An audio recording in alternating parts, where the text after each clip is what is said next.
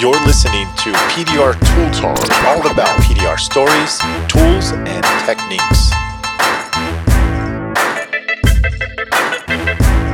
For the thousands in attendance, ladies and gentlemen, let's get ready to rumble!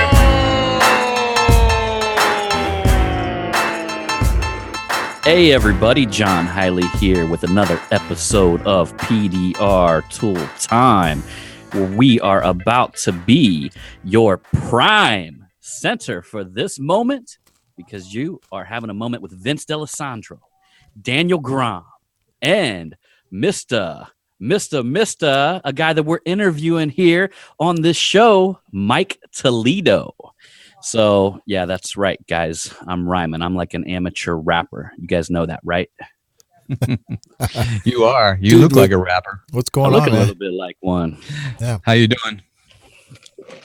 How you doing, John? So I noticed, John, you got a new tattoo.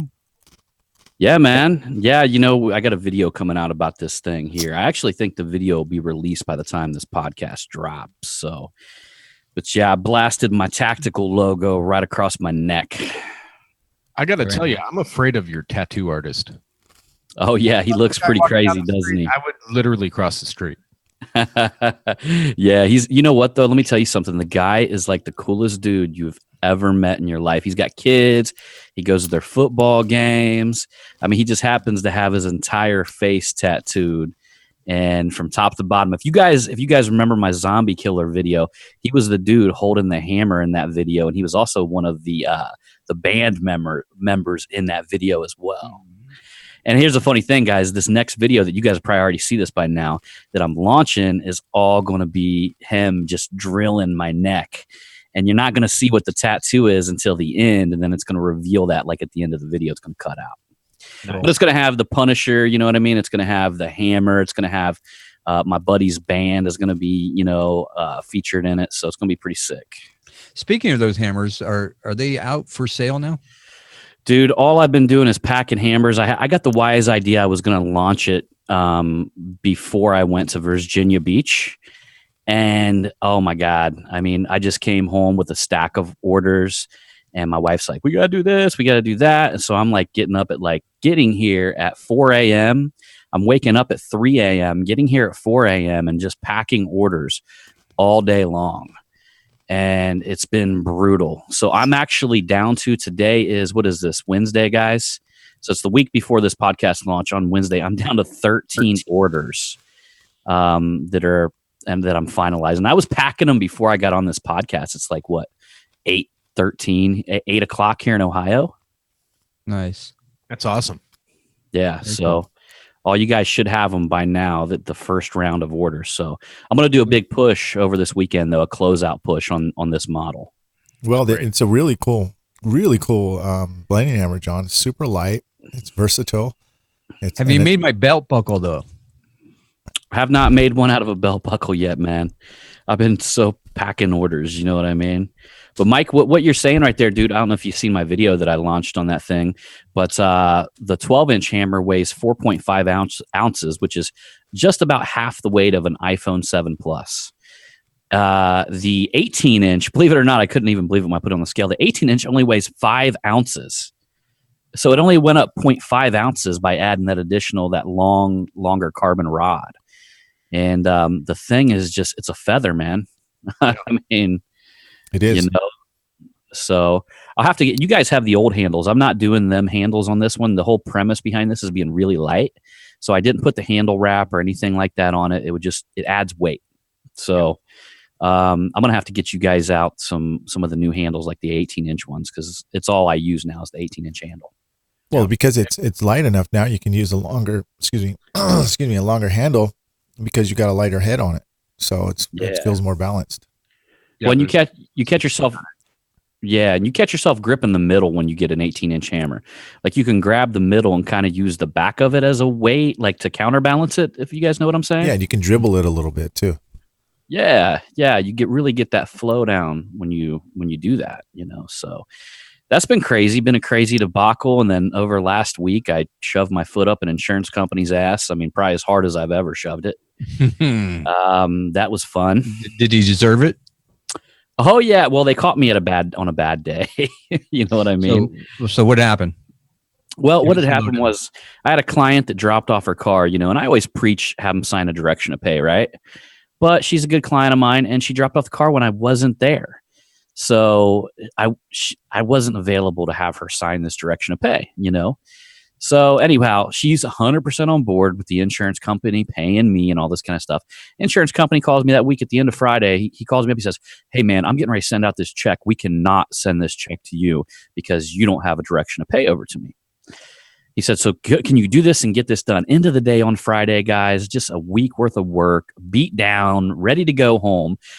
I told him, I said, "Hey, listen, man." I said, "Let me tell you, here's the first thing." I said, "This car doesn't leave my possession until I'm paid. So you go ahead and send that check to the client because she's going to be upset because she's not going to get her car and you're going to be paying for a rental car." And I said, "The second thing is that you need to get a hold of your client and you need to ask her to pay me direct and you need to get that done." And he says to me, he goes, "That's what I was going to do next, sir." And I said, "You know what? I think you need to get on the phone and do your job." So he stalls out for a second. He goes, "Okay." And doesn't say bye and hangs the phone up on me. So now you went pretty harsh on him. Yeah, it was one of them days, man. And you know what? I don't owe them anything. You know what I'm saying? I'm not on no direct relationship with them. The client was a previous client of mine. They're doing business with me. I don't owe that insurance company anything. That turd sitting behind that desk can pick up the phone and make one phone call. He sent one email to the client, Daniel. One email that she had to agree to, and it was good enough to release the check to me. That turd was so lazy. He would rather me run around, fax paperwork, and do all this crap and get the client to sign this direction of pay because he was too lazy to go talk to a supervisor and send one email. You know what? Sometimes you got to realize that it's the dog that wags the tail. It's not the tail that wags the dog.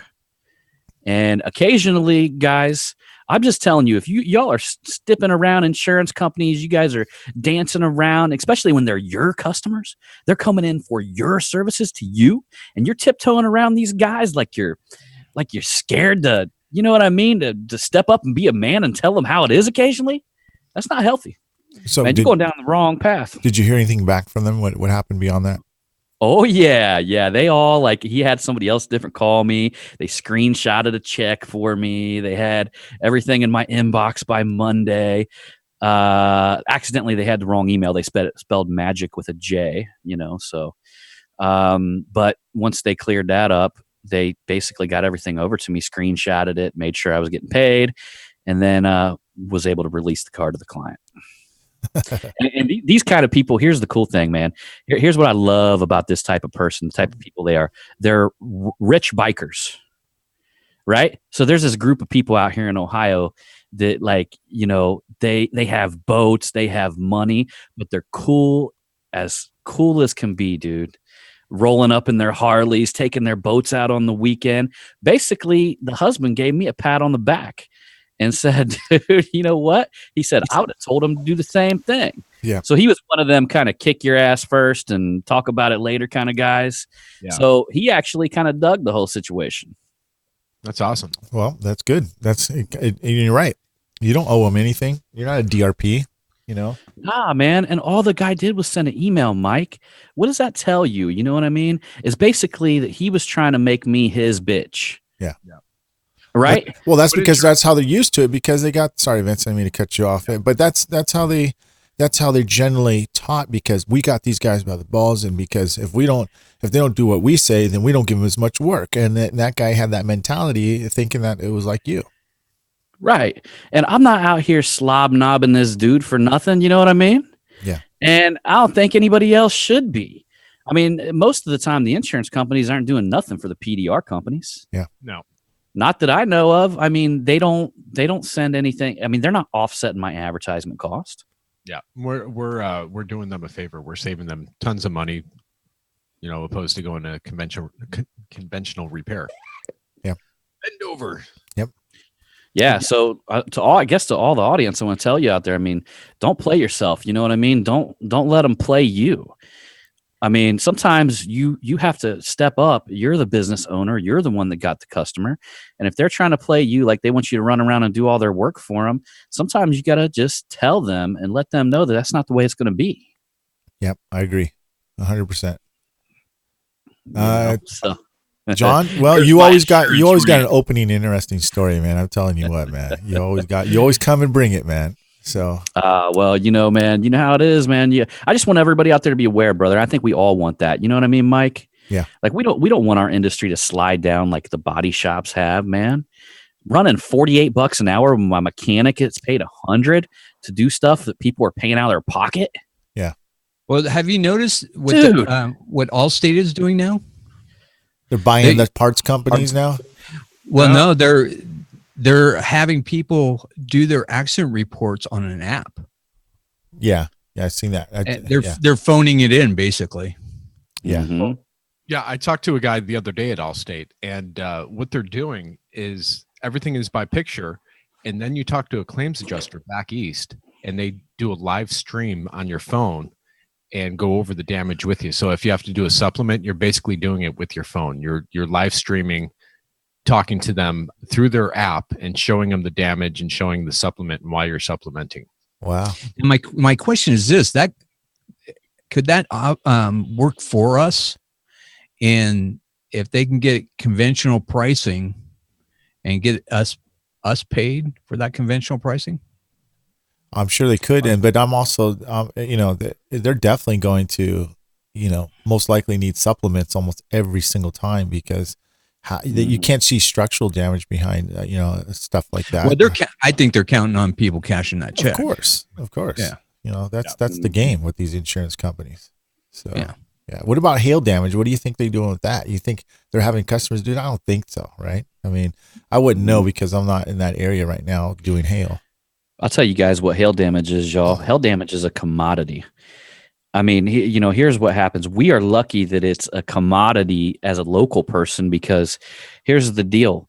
It has to be structured to the way that out-of-state people can afford to leave and go to another place and live while they do the repair work and make a decent amount of money. It gets double brokered usually. The body shop takes a cut, the broker takes a cut, and then by the time the hail tech walks out, he's getting a whopping 48%. So what happens is for me and a local guy, it actually makes it kind of good because they can't really bring the prices down so much where the commodity factor leaves the equation, basically meaning if it happens in a big area, a bunch of people can't even afford to go there and do the work, right? Mm-hmm. So you see what I'm saying? So it's like a commodity factor. But where that works really good for the local guy is they come directly to my shop, and the whole tier is structured to be triple brokered, and I'm getting the whole crack. So, the beautiful thing is I get to work half as hard and make twice the amount of money. Yeah. Well, that's how it should be. That's how it really should be, man. And really that kind of brings us to our topic too, that, having a shop makes a world of difference, especially when you're in that situation with hail damage or any type. Oh yeah. You're not dealing with a broker when a car comes in. It's coming directly into Mr. John Highley, Dent Magic John's pocket. We're not absolutely a company. Mm-hmm. And our topic. What's that? Going right into the shop. So yeah, I think we were going to talk to Myke a little bit about what it took him to open up his shop and what he had going on there, the investments, the things like that. Because that's really the point we want to drive home to you guys. If y'all are local and you eventually want to get a shop, it really does, like Vince says, it works to your advantage when it comes to dropping off cars, taking in supplements. I would literally just have a shop to do supplements on hail damage cars. That's how profitable it is to be able to have something sitting there while you're writing supplements because there's so much additional money that's left out there that you can actually get from the insurance companies. Yeah. Yep. I think if you guys are asking me what do I see in far as the difference of owning a shop and then having a mobile service is, I had a customer come in the other day. He had a Tesla and he had some few dents across the quarter panel. And he said, look, I had a guy come out and he does Amatos, which is basically a very, very high end body shop that once in a while I'll do that. They'll call me when this guy's not there. And he goes, well, he came out to my car and he arrived and he looked at it and he's like, well, I can get about 95%, yada, yada. He goes, well, that wasn't really the too big of a deal. I mean, that'd be fine. I don't know what 95% looks like. That's what he said. And he said, well, he went to evaluate my car, but he opened up his trunk on his car. And as the trunk opened up, all these tools fell out of his car. He was looking for things. It was just really, really unorganized, he said. And so from there, he went to the shop and he immediately greeted me and he says, wow, you guys, this is probably the most cleanest shop I've ever been to. And I go, come on in, let me give you a tour. And so I showed him what we're working on, how we're doing it. And he's like, I just feel so comfortable right here bringing my car to you. He goes, so he brought it in. We took care of the car. Daniel, that was when I was telling you how I was going to get that tail light out. So I know. Yeah. And, I think that's just one example. There has been many examples when people come to the shop. I see what people see that I hadn't seen when I'm mobile. I think they feel way more trusted with a brick and mortar place than they do with a mobile guy. So that's what I've been noticing so far. I think you'll see a level of your clientele be a lot more professional. The working type, the white collar type of customer, coming to your shop. Well, the experience. I mean, Vince, I think people, you get to give them the whole experience when they drop off the car. When they greet you, they come you greet them, they drop off the car, and then you obviously deliver the car when they come and leave. Because you give them that sense of wow factor, like it's polished, like you have a polished service when they leave. And I think that was, what I really got at. And I'm into the 7th month of my shop, and I'll be honest with you, I'm not killing it in the retail business over there. It's gradually going up. It's going up. It's not an overnight success. As much as I market, as much as I do my thing, I'd like it to be busier, but it's not as fast as I would expect it, but I do see a gradual graph going up as far as it being busier and what type of clientele I'm getting. And like you said, Vince, I think, or Daniel, that I am actually getting a different type of clientele that come to the shop. So that's what I see so far. Myke, is that clientele? Is that a better clientele, like a higher end clientele? Is that what you're seeing? It is. I mean, average ticket at the shop is probably about $400 to $500. When they come in. So I think you should try advertising free Ubers, because you're not really around a big center of like professional buildings, are you? I'm not sure where your location is. It's a mini business center. You know what I mean? It's not like a huge center. But like, what's in the surrounding 5-mile radius? Oh, there's a lot of stuff there. There's like a Walmart. There's across the street, there's places to eat and stuff like that. It's a nice area. So no, I mean, is there professional businesses working around your area? Yeah, there is across the street. What do you mean by that? What are you getting at though? Well, those are the kind of clients you want to draw and offer a free Uber. He doesn't have that there. There's tons of retail stuff around him, which is perfect. For people that are waiting, they could go and eat at restaurants with. Yeah, that's good. Yeah, I do that though, Daniel. You're right. I do offer an Uber ride, but I don't advertise it. So I don't advertise that publicly. I don't. So yeah, I don't. I actually I had 2 Ubers today that I had to Uber customers back to their businesses, and it cost me like $6 each of them. I'll get them there. They have to get back. But right. That's what I do.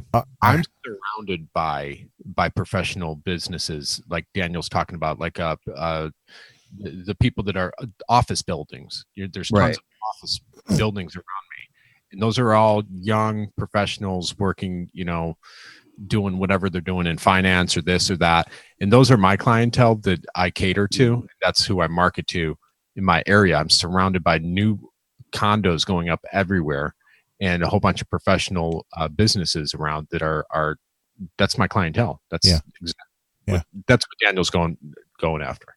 I think one of the things it's funny that you guys are asking about, because today I had a real good like a measurement of where I thought I was at far as like the shop, and then how do I feel since I've been a mobile tech for so long, for over 25 years. I was mobile, and now I'm at a shop. But today, actually, I take every 2 weeks, I take my students and we go down to one of my dealerships, and I let them find out where they're at, what they've been learning on real cars out there. Obviously, everything's real, but it's outside. Now they're working on a real wholesale car, and we measure them. So, but anyways, as I was driving, I was trying to figure out, do I miss the mobile segment, or what do I miss about the mobile, and what do I don't like about the mobile, and what I like about the shop and what I don't like about the shop. And from transitioning, from so long to a mobile guy to a shop. And what I gathered is I always liked the freedom of being a mobile tech. So when I was done, I wasn't committed to having to stay at a certain place. I like the freedom. I actually liked the interaction, always being somewhere different, driving around. I didn't like the traffic. I didn't like, because you knew you had to be done by a certain time to get home or somewhere by a certain time. But I felt a little anxiety though when I was out in the field, when I was doing mobile. I felt like I always had to rush because I was on a time slot where I had to go. And where I was at, I felt like, man, it was like traffic. There was things going on, it was just, you're not always in a great environment when you're working. You don't really realize that. So, and then when I got back to the shop, it felt like I almost was home again, and I was relaxed. And so I could see it in the students too. They were more relaxed. It wasn't like a quick, fast paced thing, and then I could just slow down and change gears, and I could relax and do what I was doing at a comfortable pace, shall I say. But Mike, let's be honest though. Yeah. When you're mobile and you want to be done by 3:00 and on your couch by 3:30, you're able to do that. When you have a shop, you can't. That's right. That's what I was mentioning. You know what though? You think that when you're mobile, but what happens is you end up doing all this extra stuff. You end up working way later. Yeah. I did anyway. I would always get somebody beg me at the end of the day. We'd fill a spot. Oh, I'm on my way home. You got to hit this place. And I would be coming home at 6, 7, 8 o'clock. I don't know how many nights mobile.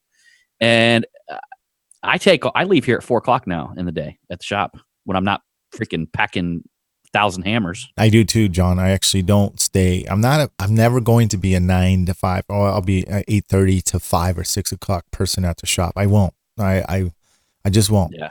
I tell more of my clients, make sure if you're planning to come by the shop, you need to let me know just to make sure I'm here. So I think that's going to hurt you in the long run. No, no.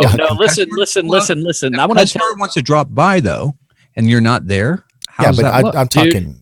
I'll change the hours. I have a sign on my door for a week that said I was gone to see Hank Williams Jr. and that's Ohio though, man.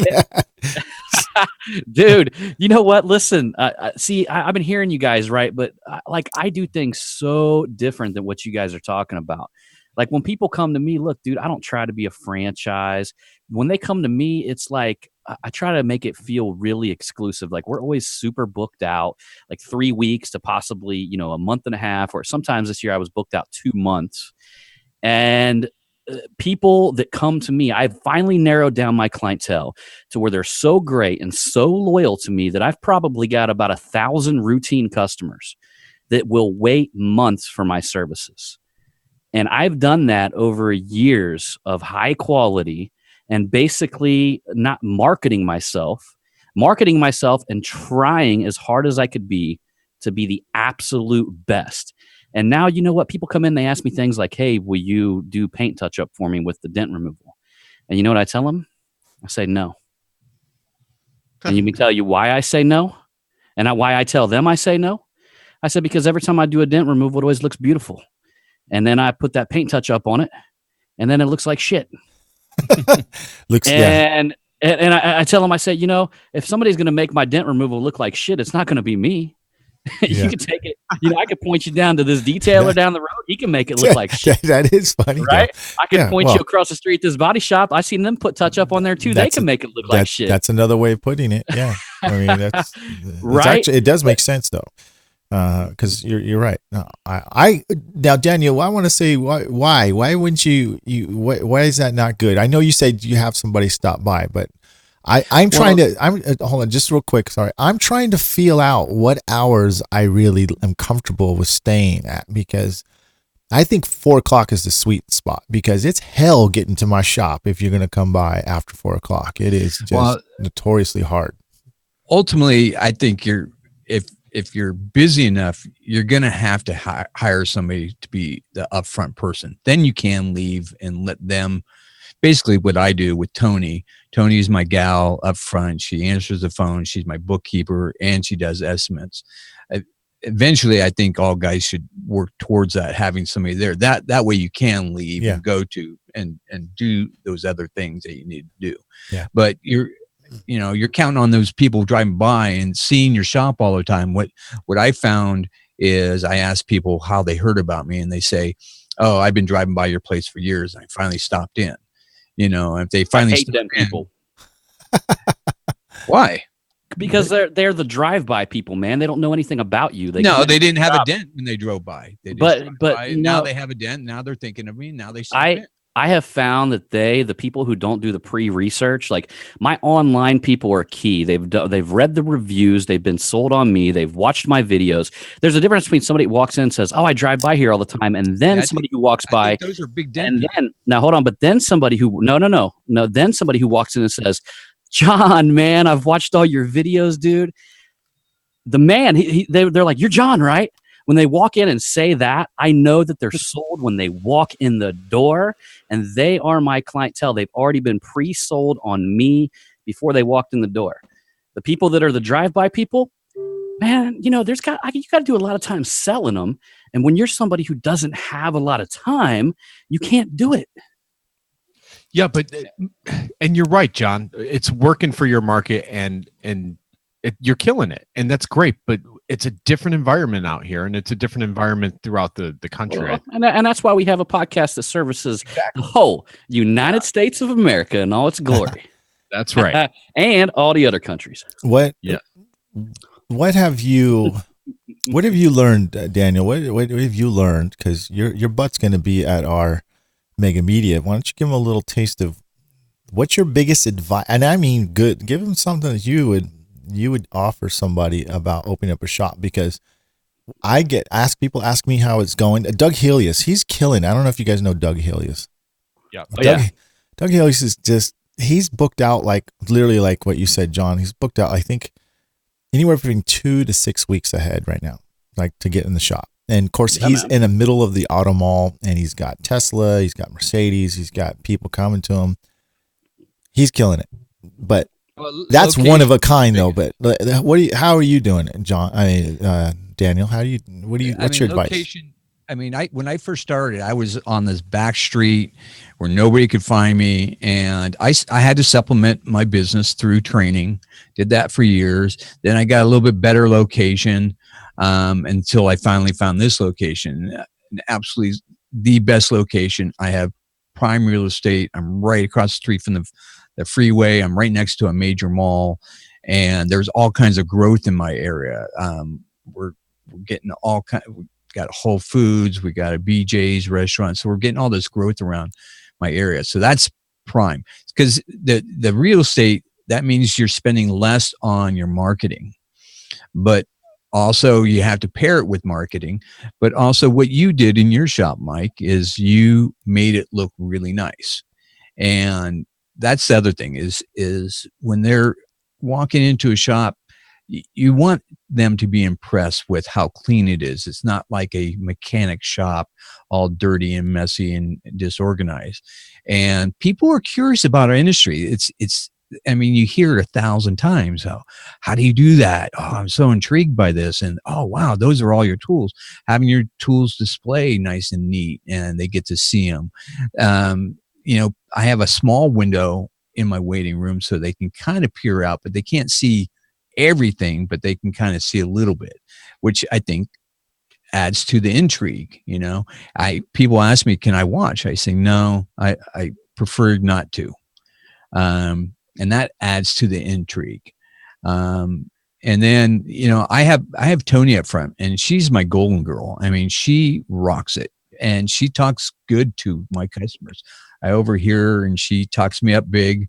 We talk about the podcast. We use that now as a selling technique, that we're getting all the latest and greatest tools. We're staying up on the industry's tools, and makes us better than all of our companies. Can I interrupt you though real quick? What? Yeah. I'm a new tech. I'm a new guy. I'm not a new tech. I'm a tech that's been doing mobile, and I want to get a shop. Everyone has their own reasons why they want to get a shop. But why do you think I'll be successful? And what do you think is going to be one of the key reasons to be successful? I think having a shop is kind of like learning PDR in a way. You can't go right straight into it full time. You got to have some kind of backup. Like you said, you had training. You were doing training. Yeah. And same as you doing right now. That's exactly what I'm doing. Yes. And it's doing fantastic. See, I think it's different for like people like John in their area. They've got hail. Yes. And it makes sense if you're in the hail, in any hail area, it makes sense to have a shop, because you're getting. You're gonna have to rent one anyways, right? Well, and you're getting 3 times the amount, right? You were saying. Absolutely. Yeah. Having it just for supplements alone will pay for your shop. So if you're in a hell prone area, then, I mean, it's golden at that point, especially if I want to go back to just take a step back to, if you do your market positioning correct, basically means from an outside view, how these clients are looking at you and seeing you through that lens. How are you marketing you and yourself?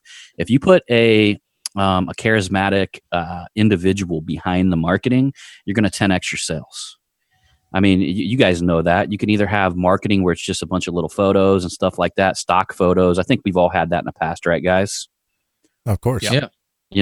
But then you change it and you start putting your face on it. You start putting your thing on it. You start talking to people. You start becoming an icon in your community. And that's when things dramatically shift. And the craziest thing, I'll tell you guys something, a little secret of mine, because y'all know that I'm really into marketing.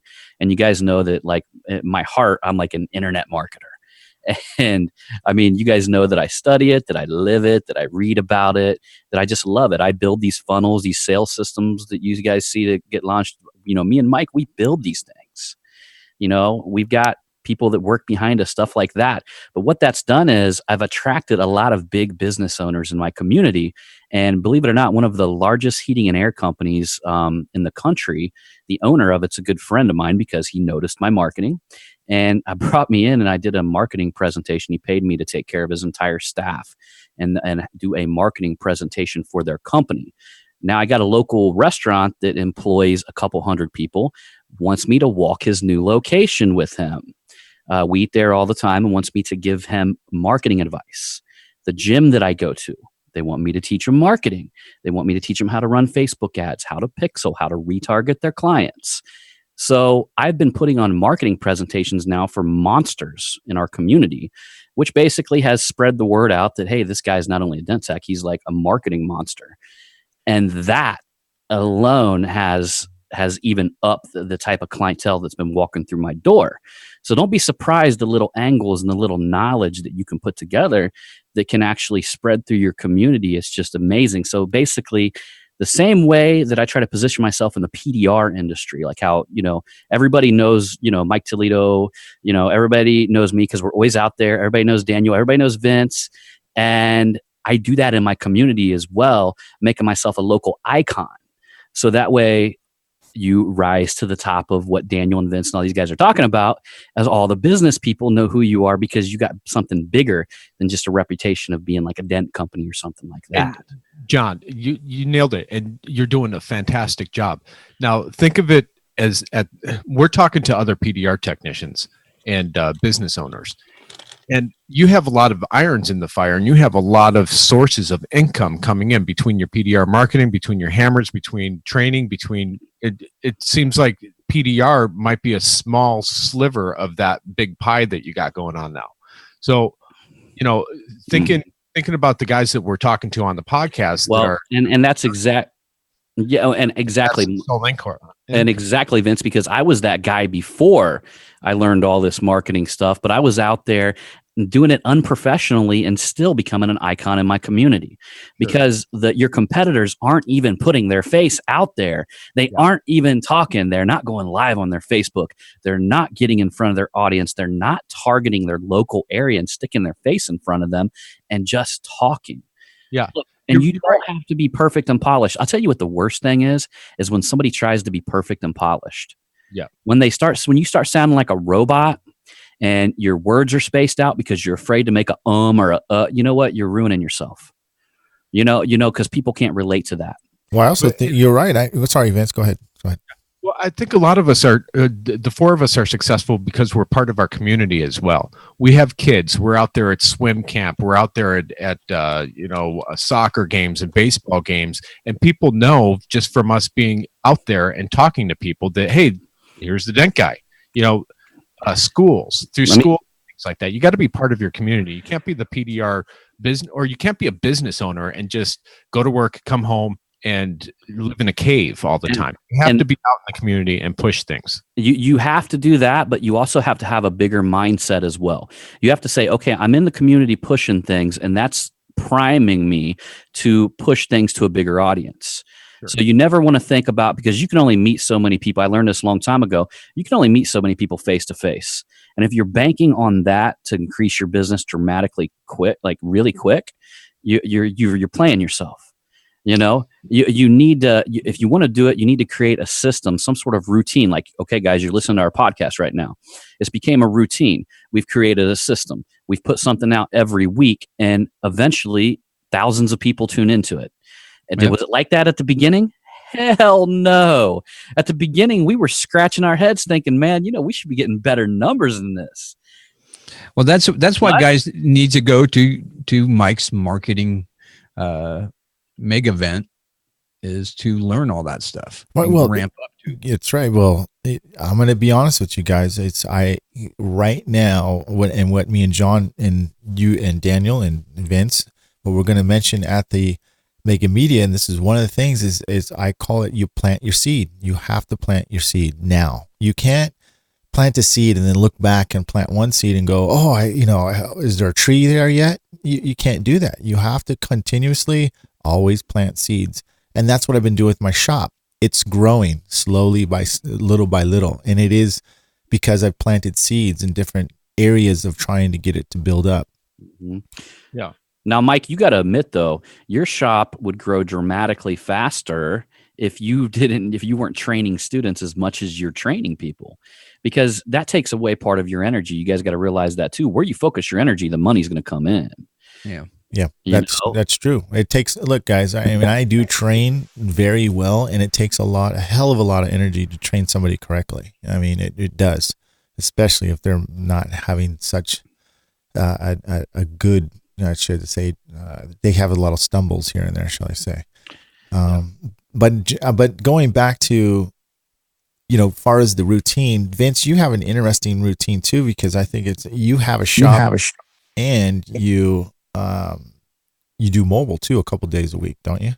And you're closed on the weekends. I'm closed on the weekends. I do not work on the weekends at all. I still do mobile on Tuesdays and Thursdays, but mainly, I got to be honest with you, when I'm at the shop, I don't sit down. I'm constantly running between customers, between working on cars, checking on my bumper guide, booking appointments. I'm wearing way too many hats in the shop. So when I'm mobile, it's like, okay, I could breathe. Now I could just take calls and fix my cars. I'll schedule maybe anywhere from 3 to 5 jobs mobile a day. And to be honest with you, I'm the guy that wants to be home by between 3 and 4 o'clock, so I could sit down and just breathe that last hour during the week. So, I have all my toys already. I've had the boats and the cars and the RVs and the Sea-Doos and all that stuff, motorcycles. I don't need like to be making millions of dollars of money. I'm happiest when I'm with my family and when I have freedom for myself to go out and do things. Yeah. Have you thought about getting a front person doing estimates? I knew Van was going to tell you that, dude. He's going to jump on you. No way. Vince is too cheap, man. I'm telling you, he ain't going to do it, dude. No, it's the control thing. I am a control freak. I got that problem too, Vince. I cannot relinquish control to someone else to do something. You know, technically, the Magnatech mat, I actually gave it all to my wife, right? I put the business in her name. I did everything in her name. It's your company. I'm doing all the R&D and getting everything going. Then you're doing it. Who's shipping them out? Not her. I'm doing it because I cannot relinquish. What part That's of an funny. estimate do you want to control? Of the estimate, Yeah. the money. I God, why? maximize the amount of money. See, I think it's getting the right person. I'm fortunate because I did get the right person. And- Does your but she chick look good? Does she look good? Eh, For some reason, I picture her with bigger. I don't know. You she's fill a, in the blanks. she's a tiny little Italian gal. We're the same age. So she's a great looking gal. She's friendly. But she's a spitfire, man. I call her Tony the Tiger because she's a tiger. You don't mess with this gal. Hot damn, dude. That's how you're selling everybody, man. But she grew up in auto body. Her dad was auto body, so she grew up in the auto body business. Oh, so that's the kind of first time sexy too, man. So the first time she went out and did an estimate, she used to be a plumber. She used to be a plumber at one point. Oh, dang. Unclogging pipes. Yeah. And so she went out there and got more money than I got doing an estimate. And I'm like, okay, you keep going. And there's times that I go, you should have got a little bit more money on this one because, and I educate her. And she gets it right. She's like, okay, I'll get it right next time. But that doesn't happen very often anymore, man. She goes, look what I got on this. It's kind of a competition. And I'm like, damn, good one. Yeah, can I ask you guys each something to get in? What do you think, you guys, since you all own a shop, including myself, what do you think has improved with your company since you've owned a shop? Just having the more tools and being able to take on stuff that I would never ever do out mobile. You know, being able to have a jack and throwing it out of the car and jacking it up, or taking off the tire easily with now we have battery operated lug nut removers, whatever you call them, to take off tires and stuff. But before that, you had to do it with an air wrench and stuff. So impact wrench, and just being able to always up your game and do more because you have the right tools and it's comfortable and you kind of control your environment. My glue pulling, I mean, I probably wouldn't do as much glue pulling as I do because I've got the environment controlled. Where out in the field, you don't. That's it for me. All right. You know what? I'm gonna counter your question a little bit, Mike, because everything Daniel said is exactly what I would say. But I'm gonna say what I dislike about having a shop. Okay. Because I do love all that, and believe me, I wouldn't change it. Here's what I dislike: is exactly what Daniel was talking about earlier. The walk-in customer guys who come in and have a bumper that's halfway tore off, or have a fender that's like cranked in so bad that the front of it's exploding out of the headlight, you know what I mean, type stuff. And I come out and I try to briefly say, hey, we're not an auto body facility shop. There's one across the street. And then you know what they say to me? They say, well, let me tell you, I was backing out of my garage and I turned it right into the corner of it. And you wouldn't believe that doggone son of a gun. A cat ran behind me and, it was about scared me half to death. So I gunned it and then my fender band up a little. I mean, they go on and on and on and on. And I'm like, dude, I just told you we don't do that. And I understand you want to tell me your life story. I understand you want to bitch about the person who keyed your car and we don't do paint jobs. Okay, yeah, unload it on me, okay? I don't have nothing better to do to stand here and listen to you just go on and on and on. Like, so I got to be real jumpy. like when people take me out there and they got like a jacked up, then I can be like, hey man, yeah, that's cool. Hey, I got something I got to do in here, man. I really appreciate you, but the body shop's right across the street, and I have to be like really quick with them people because they will. It's not bad, okay, one of them, but dude, you get 10 of them that come in, you're about ready to blow your head off by the end of the day. Well, I can imagine that. I think that's John's age showing. Yeah. You know, as you get older, John, you get a little bit more compassionate. Yeah. What, Vinny? Now, what about you? Oh, you know what? Everything Daniel said and John, dealing with those customers is a pain in the butt. But sometimes I just have to cut them short, and other times, if I have time, I'll listen to them and shoot. Do you get that? Do they tell you the stories? Oh yeah. But you're looking for those customers, right, Vince? Because you're painting bumpers. Yes. Yeah. We paint bumpers and we do minor. Sometimes they tell you the whole story and they leave without booking an appointment. That too. I think the number one thing with the shop is really it's productive. It's very productive. I have all my tools at the go, ready to go. I take in bigger jobs that I've ever done before, and it's less stressful on my body than having to do it out in the field. Other than that, there's a ton of things that go along with that. The shop is just great. It's great having a shop. I have very little overhead. I'm off the beaten path a little bit, so my rent is not bad. And I also have a supplemental income of doing bumper repair. So, that helps with that portion of the business pays a little bit of the rent as well. Yeah. See, my perfect day is I don't talk to a single customer.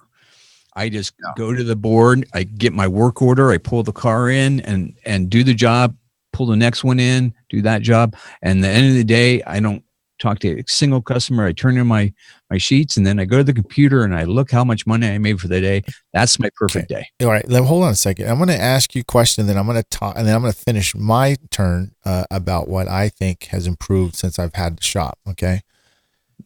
But I'm going back to, I'm going to ask you a question about that. I want you to think about that and then answer that question after I ask you this question. Okay. Daniel? Okay. Yep. You have a very good front end. I know that. But what about if you lost her, do you think you could find another person like that? And how long would it take you to train somebody like that to replace her? That she has doing the system that you have built in? Don't answer it now. I want you to think about it. Meanwhile, I'm going to answer my own question about what I think has improved since I've had the shop.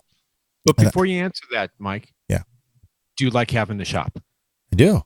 Okay, I do. Go ahead. I think the what? Would you go back to mobile? No, fully mobile. I don't want to. You would never do it. I don't want to do it. Okay. I would say pricing, guys. Pricing has definitely changed like crazy. I can say a price at the shop. I use the target estimator between Daniel's and John Highley's, and it's a win. It's a shutdown thing, dude. People come, they ask me how much it's gonna be. I get my estimate, have it in my hand. I'm getting ready to say it. I tell them, I look them straight in the eye. I don't flinch, and it's done. It's $5. I told you my average tickets are between $450 to $500. Or on mobile, it was probably about $250. I've been looking at my stats and looking at not my stats, my paperwork, and looking at what it used to be and what it is now. And I do owe it to all of our podcast, PDR College, Paul Corden, John Highley, Daniel. We all contributed to that. And I think it's without a doubt having a shop. There's no excuse for you not to charge top dollar at a shop. It's especially if you have a professional looking shop, and it's just, it's immaculate, it's clean, and it builds trust with the customer as well, along with what you do. So that's my biggest improvement of having a shop. So I would agree with you, Myke, 100%. I use John Highley's target estimator now on a daily basis, going out there with the customers, and they have nothing to argue about. I usually, sometimes I'll be below what it is on the target, but I say, this is the industry standard. This is what I'm going off of, is in the industry standard. And it says $325 to fix this dent. I'll do it today. We'll book the appointment. We'll do it for $300, and save. I think they're getting a deal. you forgot the big time word behind that. 300 cash, man. Oh, right. Yeah. Well, see, No That was receipt. No receipt. No receipt. the biggest thing that I'm talking with my business partner right now is we don't want to take credit cards for anything over $1,000 because we're losing 2.75% of the sales. I charge the Outside. customer. Kills me. Yeah. It kills me. So we're going to make up signs. Anything over $1,000, I'm not willing to eat 2.75% of anything over $1,000 anymore. Yeah, no, I agree. Mm-hmm. So, Daniel, what's your answer? Because the reason why I would probably panic. Yeah, the reason why I'm asking that is because this is what like Vince would have to do, myself would have to do. How do you get them to be trained? How do you get them in that system again? I would look at body shops, look at service writers. That's who I'd be targeting. But the thing that I found unique, and that's where I found Tony, was she was at a body shop. She was a bookkeeper. I got lucky, and I really hired her as a bookkeeper and a receptionist, and she fell into doing the estimates. That was kind of a byproduct, and that combination would be hard to find again. I know of one other girl that I would immediately go after to get, but I don't think she would be as aggressive as Tony. So yeah, it's like picking a manager for any successful business. If you pick the right manager to manage your business, it'll be successful. If you pick the wrong manager, it won't be. So you do have to take your time and find that right person. And it's 1 in a million, but if you do, you'll be better off for it. And pick a top dollar. Yeah, that, and one thing that I'm looking at for someone to do that, we have a handful of community colleges around my shop, and there's a couple of them that actually teach auto body and estimating, and some of them go on to work at insurance companies as adjusters. So some of these guys are trying to get certified as adjusters for the insurance company. Why not pull from that pool over there of people that are going through the process of learning how to price accordingly with the insurance, and grabbing one of those guys, putting up an ad at a community college that offers adjustment training and things like that, or certification, and grabbing those guys before they go off into the insurance company. Here's the advantage if you're pulling from that pool. If someone's been doing auto body estimates for a while, those customers are not happy customers. But they come over to you, and all of a sudden they deal with your kind of customers. And honestly, we make all of our customers happy. They leave ecstatic. Yeah. And that was the biggest thing for Tony. She's like, oh my God, this is a breath of fresh air. All your customers love you and are happy when they leave, and they're happy to pay. And that's a big difference. I'll tell you what, with what Daniel's saying there about Tony, you do have to have the right person, because I've had several people write estimates. I had this guy that worked for me. I mean, he was the kind of guy that you could literally go take a crap in the middle of the floor and he'd come in and clean it up. He's one of them guys. You know what I mean? You guys know that, right? Yeah. And, but man, I'll tell you what, he couldn't write an estimate for a lick, man. Every time he went out there, it was half price or something like that. I mean, it was bad. I mean, no matter what you said to the guy or anything like that, he couldn't build up the confidence to charge more than $100 an hour. I mean, some guys, they get this thing in their head where, look, we're making money hand over fist, y'all. You know what I mean? I am anyway. And I know that y'all are too. I mean, when we're doing dent repair work, sometimes I'm making like $300-400 an hour. And I mean, even better in hail situations, but you get a guy that can't get over that. Like he can't mentally get over the point to saying that if I'm going to charge this person that and it's only going to take this guy an hour to do it, then it's morally wrong or something like that. You know what I'm saying? Yeah. So you got to have a different type of mentality to put the value on the service that you're creating for the customer. You can't hire somebody who's a time guy. Yeah, you got to look for that salesman that is ingrained. Yep, and they got to believe in the value they're providing, not the time it takes to create the value, if that makes sense. Yeah, right. I definitely get it. I agree 100%, John. Really good. I think this has been a productive podcast here. I mean, it's kind of getting some insight. It's really it's kind of I personally, I want to, at a year from now, which not a year, but in about another 3 or 4 months at the end of the year, early January, after Mobile Tech Expo, I will do a full follow-up of where I'm at in a year and where I think is what I've really, really learned through this. So, I don't know. I just think it's, if you're going to get a shot, my best advice is definitely do your homework. I think Daniel Grom's 100% right about keep saying it is location, because what makes sense, and you just touched on it though, Daniel, you spend more money up front for a great location rather than more advertising, because you're going to spend more advertising in the back end if you're in a crappy location than you are if you're in a great location. So I think that makes perfect sense. And above and beyond that, what I want to tell you guys is, this is my tech tip. Spend your time positioning your market in a way that makes you so unique that you're going to attract the right type of clientele that stays with you forever. And if you do that, it won't even matter. Location wouldn't even matter. You could be in a back alley somewhere doing dent removal and they'll follow you there. And that's because you positioned yourself right. You do your job right, which is super important. Yeah. And all that. So. Well, my tech tip is going to be, if you have a Tesla dealership or service center close by, market yourself towards Tesla owners. They're not that bad to work on, just like every other car, in my opinion. Now you're talking to everybody in California.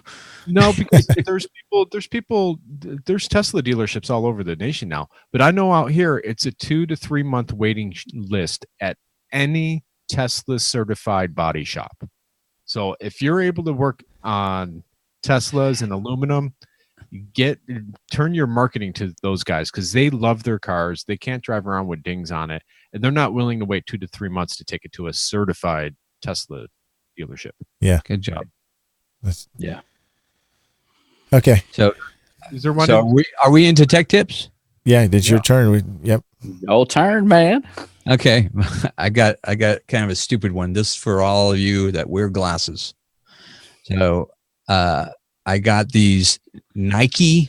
They're Nikon lens wipes, and they're kind of like those wipes that you use for your hands, after eating Kentucky Fried Chicken, but they're perfectly moistened for your glasses. And when I'm working, man, my glasses are so dirty all the time. And I try to clean them, and these little wipe things are friggin' fantastic. And they also work great for wiping your iPad, if you're and your phone, if you're doing estimates on your phone, wiping those down. And what about your ass? You could probably use it for that. It's got alcohol in it. You might get a little sting. Those are dude wipes. Dude wipes. Dude wipes. Yeah. You can get the preparation H1's wipes for you there, Mike. Hey, Daniel, have you ever tried contacts, dude? No.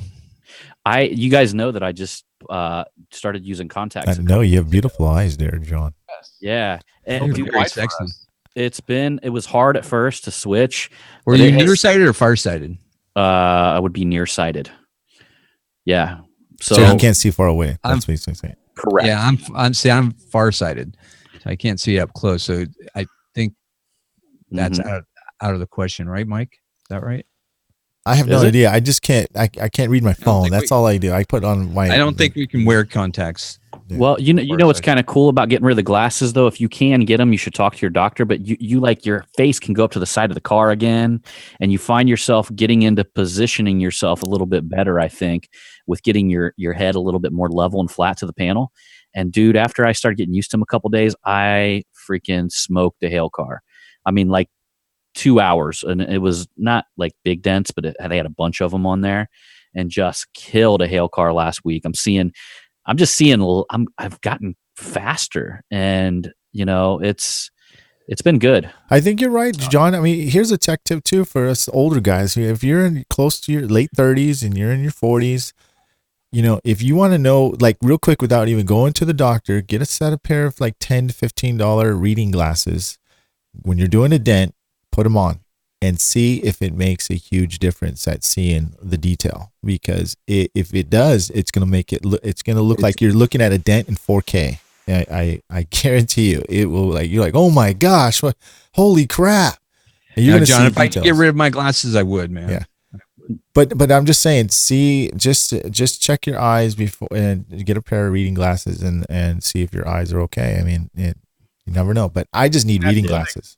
After 40, it's in men, our eyes decline. Yeah. It's a natural progression of it. They do. I use cheaters. I call them cheaters. That's right. You know, when I'm a dent close up for a long period of time, I pull out the cheaters. You know how I knew I needed glasses? I was working on these hail cars at a hailstorm. My buddy's like, "Are you going to fix these dents on an SUV roof?" Because they were far away from me. I'm like, "What the hell are you talking about?" He started pointing out all this stuff, and I was like, "Dude, I seriously can't see what you're talking about." It was distance away on an SUV roof. He's like, "Man, you need to go to the eye doctor." So I left that day and went and checked the eye doctor. I was like, "Man, my stuff was jacked. I didn't even know it." Right. Like here's the indicator. If you can't see any sports numbers and stuff like that on your TV, or you can't read the little things at the bottom, you go get that checked, man. Pick up on the little things. Don't do like I did because I thought I was fixing some dents. Come find out, man. There was some stuff left behind. I just wasn't even seeing it. Yeah. All right, man. We are out of here. We are closing it up. Good podcast. And listen, don't do anything I wouldn't do twice. You guys know how I roll. But Vince? Yes. One last thing.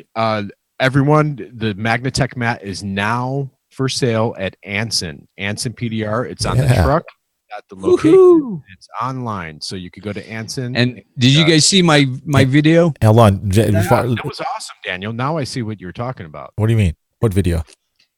He used it as a dampener. He was working on a fender that was the blend, right? Yeah, I was blending. It was a long bed truck, and I was bouncing off this thing, and the whole thing was just vibrating. The whole was vibrating, and I stuck that Magnatech mat on the back side, and it was like putting sound deadening material on there, and it was like thud, thud, thud, thud after that. Nice. And it worked great, man. It's fantastic for that.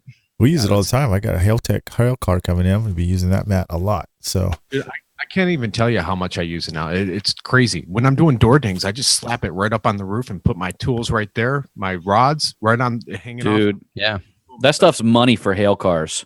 Yeah. I mean, it's just, look, you're going to run around chasing your tools. If you're laying it on the paint or the window, stop doing that. It just doesn't look right. You know what I mean? I'd be pissed if I walked in, somebody had something on my window. I almost cracked a window because I didn't have one of those mats, and it just, my tool rolled down and freaking went down the window and crack, you know, and it's not good. Not good at all. Mike's the king of losing them. I am, dude. So now you can buy them at Anson. You can buy them at A1. So if you're buying tools at A1 or Anson, go ahead and grab a Magnatech mat. I think it's really going to be beneficial to the international guys because I don't know how to figure out how to ship internationally from the website. It's too much. These guys, Anson and A1, they ship internationally all the time. So if you want a mat, get on Anson, get on A1, and order a mat from them, and they'll There you go. Cool. Yeah. All right, level up your tools, guys. We're out. Hey, enjoying the revolution. And all you guys on Snapchat, follow me at Dent, DENTMAGICJ, and you'll get to see some behind-the-scenes footage and nobody else gets. Cool. Crazy on them. Later, guys. So you know. Later. All right. Enjoy the revolution.